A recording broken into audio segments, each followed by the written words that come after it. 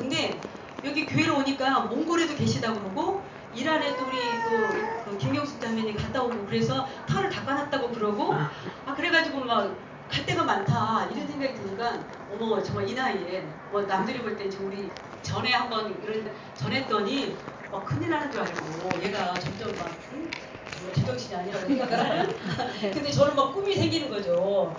성교지를 나도 가볼 수 있겠구나 이 나이에.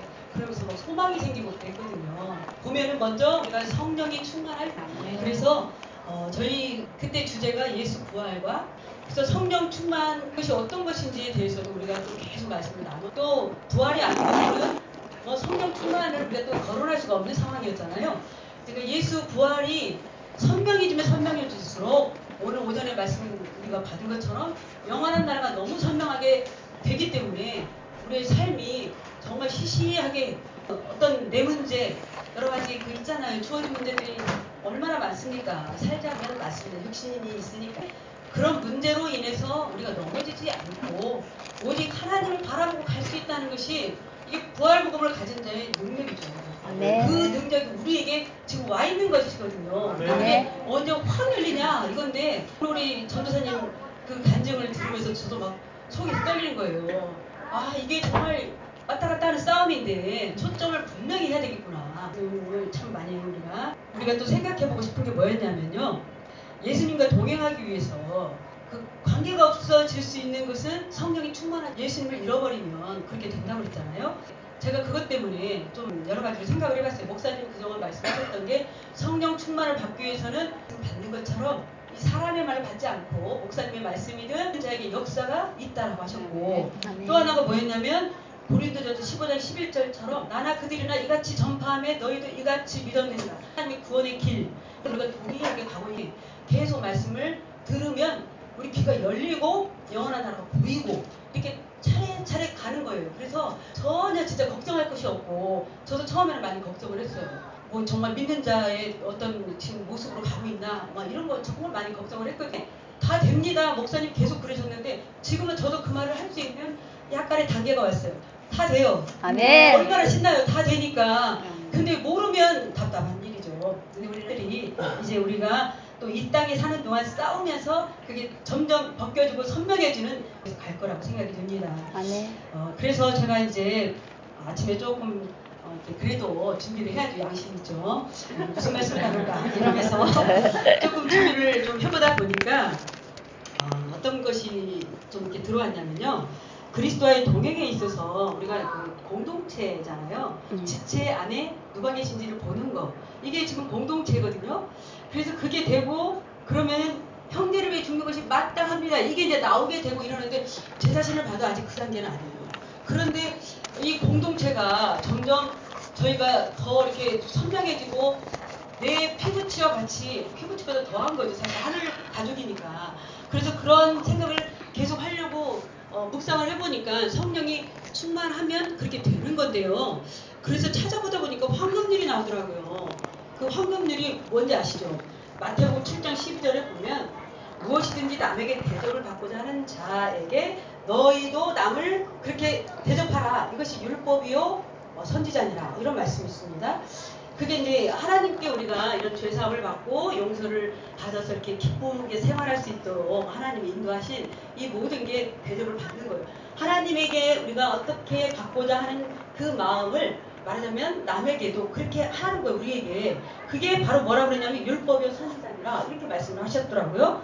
그래서 지금 이것저것 찾아보다 보니까 마태복음 5장 17절은 무슨 말씀이냐면 내가 율법이나 선지자나 표하로를 생각하지 말아라. 또 이 마태복음 22장 39절에서 40절 보면은 어떤 말씀들이 있냐면 이웃사랑하기를 내 몸같이 사랑하라는 거예요. 하나님 사랑, 이웃사랑이 나와요. 그러면서 뭐라고 그랬냐면 이 두 가지 계명이 온 율법과 선지자의 강령이니라 이랬거든요. 그리고 바울이 로마서에서도 이런 말씀을 하셨어요. 13장에서 보면 피차 사랑의 빛 외에는 지지 말라는 거예요. 그러면서 막판에 무슨 말이 있냐? 그러므로 사랑은 율법의 완성이니라. 이런 말씀이 있어요. 그래서 제가 생각을 해봤습니다. 우리가 공동체가 이 사랑의 그 정말 띠로 하나가 되고 그러면 이 공동체가 어떻게 되냐면 성령이 충만해지잖아요. 서영대님이 그 어제 우리 들었던 말씀 속에 그리스도와 교회 그 관계는 부부 관계로 또 풀어주셨고 우리 전도사님이 근데 그걸 좀 더 깊이 구체적으로 말씀을 하셨어요. 이 교회 안에 그 지체로 만난 우리 공동체가 서로 사랑하지 않으면 애를 낳을 수 없다. 이렇게 말하셨습니다. 생각이 안 나온다는 거죠. 어떻게든 우리가 서로 사랑하지 않으면 애를 낳을 수 없어요. 못 만나면. 그죠? 근데 이 공동체가 그런 관계다. 이걸 또 저도 좀 묵상을 해보면서 참 우리가 이 지체를 생각할 때 어떤 마음으로 대해야 될지 그리고 성령 충만은 이렇게 공동체로 아주 밀접한 관계가 바로 있기 때문에 우리가 성령 충만을 받아서 내 개인적으로 뭘 할 수 있는 것이 아니라 이 공동체를 통해서 내가 힘을 받고 또 말씀을 담대하게 전할 수 있는 능력을 우리가 서로에게서 받으면서 그래서 교회가 나아가는 거죠. 교회가 하나님이 교회를 통해 역사하신다고 했잖아요. 저도 그렇게 오랫동안 신앙생활을 하면서도 사실 교회를 통해서 무슨 어떤 역사를 할 거에 대해서는 기대감이 없었어요. 솔직히 말해서 얼마나 이상한 신앙생활을 해왔는지 모르겠어요. 근데 점점 분명해지고 또 영원한 나라에 대한 소망도 더 이렇게 점점 선명해지고 또 어떻게 싸워야 될지에 대해서도 너무나 확실하잖아요. 아멘. 기도와 정말 말씀 이거 외에는 우리가 거룩해질 수 없고 아멘. 교회는 거룩해야 또 역사하시고 성령이 함께 하시고 아이고 그냥 다 막 무슨 퍼즐이 다 맞춰지듯이 이 말씀이요 다 깨어지는 거예요. 모두 그러시죠? 네. 눈빛이 보니까 너무 초롱초롱하시고 감사합니다. 그래서 제가 어떤 말씀이 또 소개를 해드리고 싶은 게 있었어요. 어떤 싸움이라는 게 얼마나 중요합니까? 어떤 걸 보느냐잖아요. 정말 제가 이제 그 부활밴드 목회자 거기에서 어떤 말씀을 보게 됐냐면 어떤 스님이 목사님 사모님이 그러니까 그 목사 부인이라고 이야기했어요. 목사 부인이 질문을 했어요. 천주교 어떤 그 예배당을 빌려줬나 봐요. 근데 그렇게 훌륭한 또 스님이 있네요. 저는 엄청 질문을 정말 누가 봐도 굉장히 고통스러운 그런 질문을 그 목사 사모님이 하셨더라고요. 그 스님한테.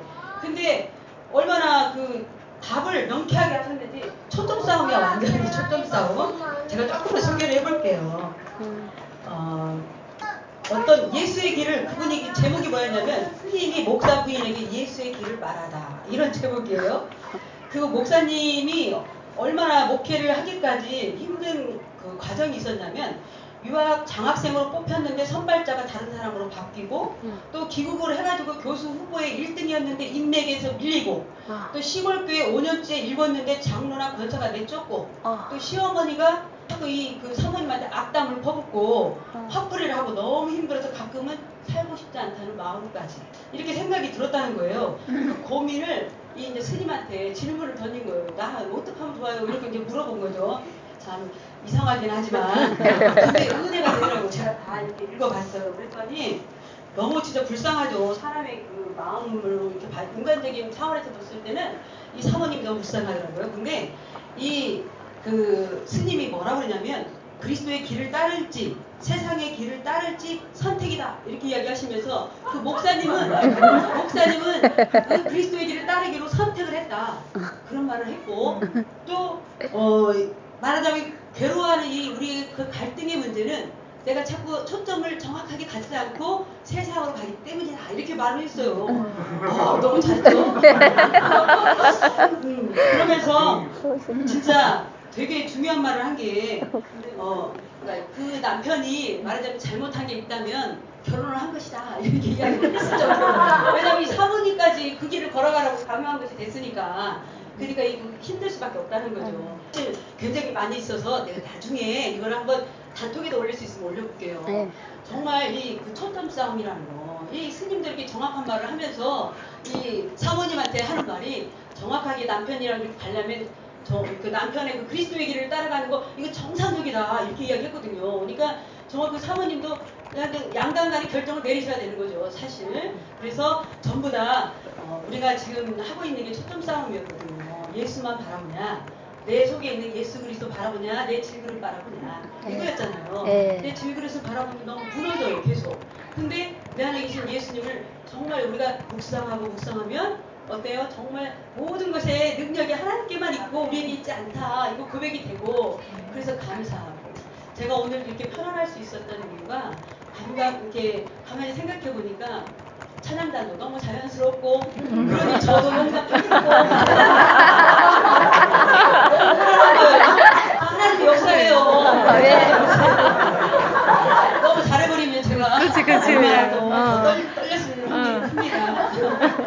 그리고 또 제가 뭐를 좀 나눠보고 싶었냐면 변제된 믿음에 대해서 그동안 제가 한 2번 이렇게 새벽에 말씀 좀 했었잖아요. 그 구원에 대해서요. 한번 제가 읽어볼게요. 구원은 하나님의 선물입니다. 이 제목을 쓰셨죠. 너희는 그 은혜에 의하여 믿음으로 말미암아 구원을 받았으니 이것은 너희에게 난 것이 아니요 하나님의 선물이라. 에베소서 2장 8절 말씀입니다. 본절에서 그 은혜는 정관사예요. 이것은 명사나 역뼈, 여성은 단수 명사이다. 세상에 하나밖에 없는 유일한 은혜를 말씀한다. 하나님이 인간에게 베푸신 유일한 그 은혜는 무엇인가? 사도 바울은 전체 문장을 통해 구체적인 은혜가 무엇인지 설명하고 있다. 긍휼이 풍성하신 하나님이 우리를 사랑하신 그 큰 사랑으로 인하여 허물로 죽은 우리를 그리스도와 함께 살리셨고 너희는 은혜로 구원을 받은 것이다.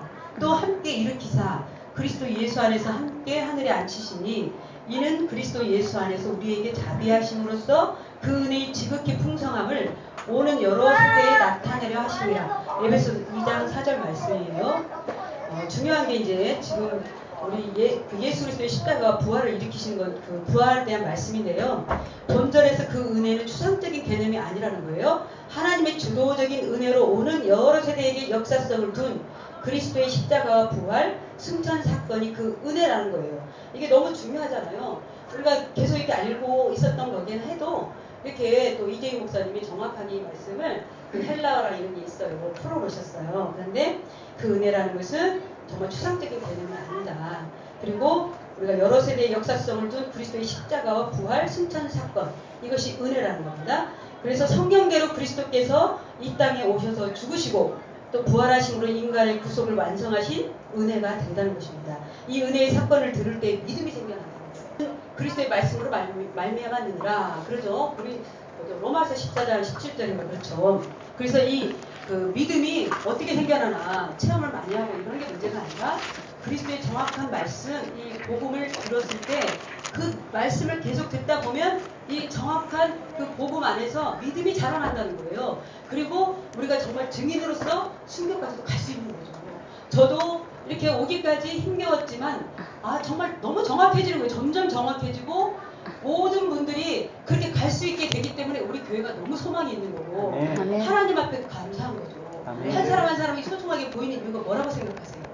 그 사람 속에 정말 하나님이 계시구나 이게 보였을 때거든요. 그러지 않으면 우리가 무시하기 쉬워요. 내가 좀 잘난 것 같으면 교만해지기 쉬워. 근데 그럴 수가 없는 거예요.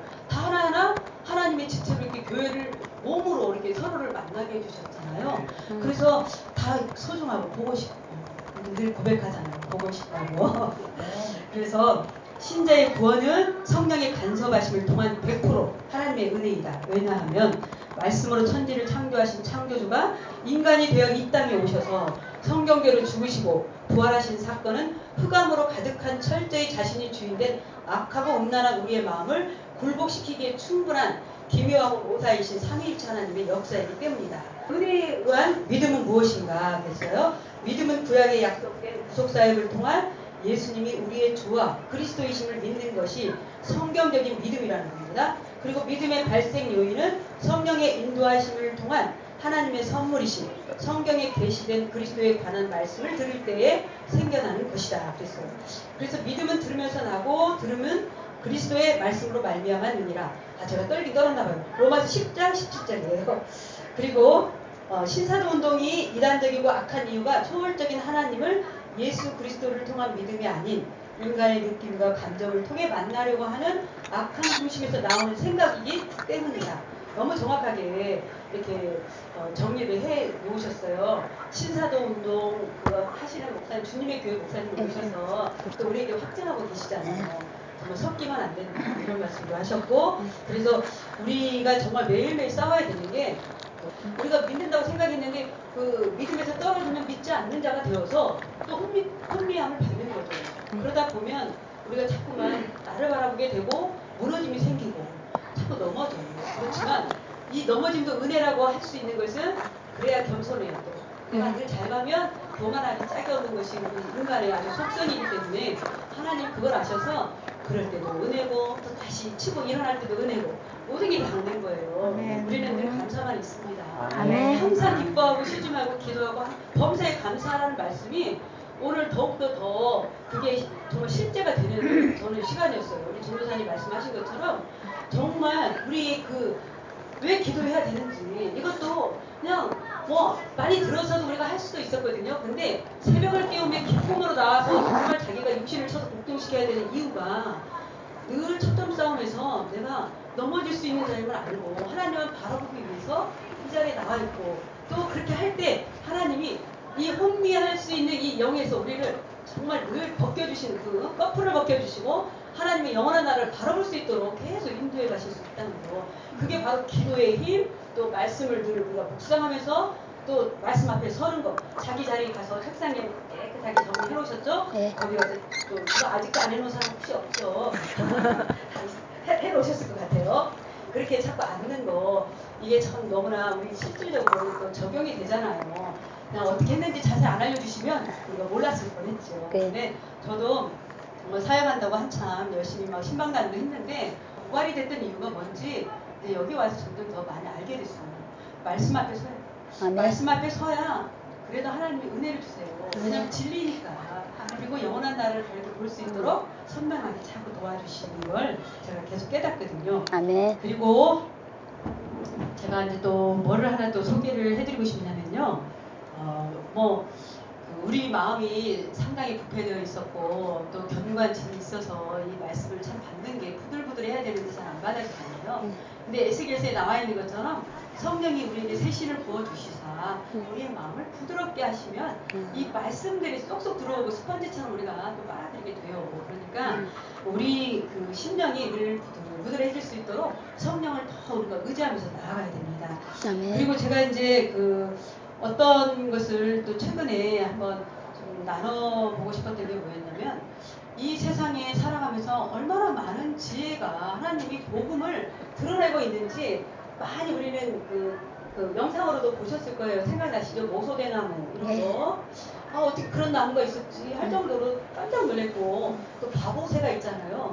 바보새가 어떻게 그렇게 진짜 바보같이 생겼잖아요. 그냥 날지도 못하고 큰 날개를 가지고도. 근데 정말 그 비바람이 칠 때 절벽에 섰다. 그걸 얼마나 가슴이 너무 뭉클하죠. 알기 전에는 몰랐지만 알고 나니 그렇게 뭉클하더라고요. 또 볼 때마다. 그 큰 날개를 펴서 그렇게 폭풍 가운데 절벽에서 떨어지면서 참 몇 년을 안 날아도 뭐죠? 날개를 접지도 않고 뭐 땅에 내려오지도 않고 크게 날잖아요. 그 힘을 누가 정말 흉내를 낼 수 있겠어요? 근데 그 새는 어떻게 알았을까? 이런 것들도 너무 신기하잖아요. 하나님께서 이 모든 만물이 숨겨놓으셨다는 생각을 많이 한단 말이에요. 복음을. 그런 새들이 그런 것들을 보면서 우리에게 또 우리 영상으로 보기까지 하나님이 역사하셔서 우리가 본 거거든요. 그래서 정말 하나님의 우리에게 향하신 그 놀라운 복음을 깊이 알기를 원하시고 영원한 나라를 알기를 원하시고 하나님의 그 마음이 느껴지잖아요. 근데 제가 이제 그때도 한번 또 이렇게 말씀을 드린 적이 있지만 왜 아침이 밝아오기 전에 얼마나 칠흑같이 어둠이 잠깐 임하는 걸 제가 봤거든요. 진짜 깜짝 놀랐어요. 얼마나 깜깜해지던지. 근데 그게 뭐였냐면 이제 복음으로 풀어지니까 하나님을 만나기 전에는 내 마음이 심령이 나는 아무것도 아닙니다. 그냥 완전 엎어지지 않으면 그거 빛을 못 본다는 거죠. 그렇게 딱 깨달아졌습니다. 그러시죠? 이해가 되시죠? 그리고 제가 이제 최근에요. 이제 건강검진을 했습니다. 건강검진하는데 저는 이제 아니지만 애 아빠인데 대장내시경 그 검사를 한 2, 3년 전에 한 번 했을 때 용종이 있었어요. 한 두세 개. 그래서 떼내서 꼭 반드시 이렇게 3년 정도는 되면 해야 돼요. 그래서 이번에 그걸 하게 됐는데 옆에서 보기가 차마 안 됐다 할 정도로 물을 약을 물에 타가지고 어마어마한 약을 먹고 또 2리터인가를 밤새 먹고 계속 이렇게 배출을 해야 되는 그 엄청난 고통이 따르거든요. 근데 제가 그걸 보면서 깨달아진 게 또 뭐가 있었냐면 그걸 왜 하나 하루 내내 고생이긴 하지만 밤새도록 고생을 하는데 그걸 왜 합니까? 왜요? 대장암이 혹시 걸렸을까 봐 아니면은 걸리면 미리 혹이라도 이렇게 쬐끄만한 거 있으면 떼내고 빨리 초기에 발견해서 정리하려고 그러는 거잖아요. 진짜 고생이 될까봐. 이게 암이 걸리면 이제 그때부터는 완전 올인하잖아요. 보통 내가 암이 딱 걸렸다는 선고를 받으면 어때요? 그 치료받기 위해서 어마어마하게 음식부터 해서 병원에 뭐 치료받는 것부터 해서 온통 진짜 모든 가족들이 다 힘을 쓰고 그 수고가 있거든요. 근데 그것을 미연에 방지하기 위해서 우리가 이런 암 검사를 미리 한단 말이에요. 대장 검사를. 근데 그게 너무 고통스러울지라도 하니까 할만하다는 거죠. 근데 암이 딱 걸려버리면 왜들 또 이렇게 무서워하는 거죠? 결국은 죽음에 대한 두려움이잖아요. 죽음에 대한 그래도 치료를 막 하잖아요. 열심히. 왜요? 안 죽으려고 하는 거잖아요. 결국. 근데 제가 이제 이것을 저희 믿음이 없는 이제 막내딸한테 한번 이야기를 하면서 야 이렇게 하나님은 이런 걸 통해서 계속 말씀하시네 이러면서 막 저를 신이 나서 이야기를 했어요. 영원한 나라에 대해서 이야기하려고 하는데 그 애가 그러는 거예요. 엄마는 왜 이상하게 또 말을 그렇게 푸냐는데 아니 왜 영원한 나라에 대해 관심이 없지? 이렇게 저는 이제 생각이 든 거예요. 죽음 이면의 그 영원한 나라 때문에 우리가 이 믿음의 길을 가는 거잖아요. 사실 역행에서 하는 연어와 같은 삶을 살지 않습니까 우리가?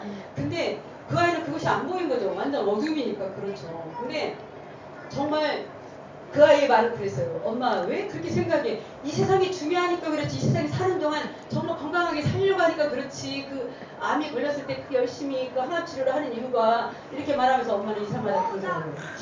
그래서 참 이 벽에 또 봉착을 했어요. 근데 제가 이렇게 이런 검사를 이렇게 고생스럽게 하는 이유가 예방하는 거 아닌가. 이 암을 왜 우리가 두려워하냐. 결국은 죽을까 봐 두려워하느냐. 이 세상에 다라고 생각하면 그 두려움이 있고 막막하기 때문에 우리가 막연한 삶 때문에 그러는 건데 정말 이후에 우리의 삶이 확실하게 영원한 나라가 있고 하나님이 예비한 이 구원의 길이 있으니 얼마나 이게 소망이고 이게 복음이냐 이러면서 제가 또 복음을 전했습니다. 네. 우리가 지금 이렇게 열심히 신앙생활을 하는 것이 정말 헛되지 않고 이 땅에 만약에 다시 사는 것이 없으면 고린도전서 15장에는 보면 그런 말씀 있잖아요. 죽은 사람은 망하는 자를 얘기해요. 그렇죠? 그리고 살아서 우리가 열심히 이렇게 하는 거는 정말 불쌍한 자라고 그렇게 말을 하잖아요. 다시 사신 것이 없다면 아무것도 아니라는 거거든요. 근데 제가 이제 지금 그 이정훈 교수님 아시죠? 그분이 정말 페이스북에 올라온 글을 또 이렇게 올렸더라고요. 근데 제가 삶이 완전히 어떤 각오로 살고 있는지 마음이 온 거예요. 그분이 완전히 그 교수 생활도 다 그만뒀더라고요. 또 부인 그분도 왜냐면 완전히 옆에서 보조 역할을 같이 따라다니면서 하셔야 돼가지고 실수할까봐 그렇게 하셨더라고요. 근데 제가 좀 한번 우리 삶이 왜 초점 싸움으로 더 이렇게 같은 마음을 가지고 가야 하는가 순교정신으로 가는 거잖아요. 근데 그 마음이 막 왔어요. 저한테도 너무 그 마음이 와닿고 우리도 이렇게 경각심을 가지고 우리 주님을 잘 섬겨야 되겠구나. 우리도 같이 싸워줘야 되겠구나. 이 한마음 교회랑 같이 가는구나. 이런 생각을 했어요. 한번 읽어보겠습니다. 오늘 아침 출애굽기를 읽으며 묵상을 하니 참 은혜로웠다. 시선의 중요성을 새삼 느낀다. 내가 예수님만이 길이요 진리요 생명이다라고 선포하면 세상의 미움을 받겠지 이 정도는 예상을 했었다. 하지만 질투 그것이 인간이란 존재의 심연에 얼마나 뿌리 깊은 문제인지는 미처 깨닫지 못했었다. 갑자기 교회들이 나를 초청하면서 대학의 기획부 처장직을 감당할 수 없을 만큼 바빠져서 사임했다. 임기를 마치지 못하고 사임하면서 나를 신뢰해 주셨던 분들에게 정말 미안했다. 내 평온하던 일상은 금방 전쟁터처럼 바뀌어 버렸고 과로에 시달렸지만 그만큼 부어주시는 하나님의 은혜로 감당했다. 내가 집중하면 약속을 잊어버리는 학자적 특유의 건망증 때문에 교회에 실수하면 안 된다는 이유로 아내는 직장을 사임했다. 우리 부부에게는 고되고 어려운 일들이었고 처음 경험하는 상황이라 힘이 들었다. 오직 주만이 이 기도로 버틴 시간이었다. 이 과정에서 나는 새로운 것을 깨닫게 되었다. 내가 가시밭길이라 여겼던 그 과정을 전문적으로 하고 싶어하는 분들이 많다는 것을, 목사도 아니고 신학자도 아닌 내가 그 일을 하고 있다는 것만으로도 내가 더 위험해질 수 있다는 것을, 이 현상을 이정훈 교수가 떴다라는 표현을 들으면서 이해했다.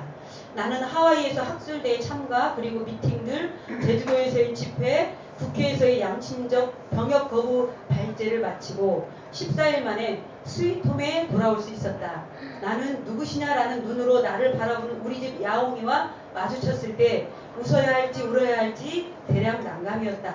인간적인 마음으로는 조용한 일본의 온천 마을로 아내와 둘이서 겨울이면 찾던 그 조용한 마을로 가서 이틀이라도 쉬고 싶다. 국회 발제는 시차와 기온차로 독감에 걸린 상태로는 무리였으나 교회와 나라를 위해 빠질 수 없었고 이 자리에서도 예전 나의 주장과 이론을 스스로 반박해야 하는 고통에 직면할 수밖에 없었다. 이런 나의 고통들은 작은 것이고 교회와 나라가 사라진 뒤에 회하는 이 생에 다 감당할 수 없는 것이리라. 이것은 비판이 아니다. 나를 공격하는 목사님들 그리고 신학자들께서 자신의 역할을 올바로 해주셔서 내가 교회 강연에 가지 않도록 그렇게 되기를 기도한다. 나는 법학자답게 국회 발제, 서울대 트루스 포럼 같은 강의 같은 것에 집중하고 싶다. 실제로 위기를 알려야 한다는 생각으로 집회에 초청에 응했으나 이제는 대폭 횡보를 줄여야만 한다. 교회를 위해 나를 소비하지 말아달라 이런 부탁을 드린 적이 있었다. 내가 생각했던 것보다 교회는 더 어려운 상황에 놓여있다.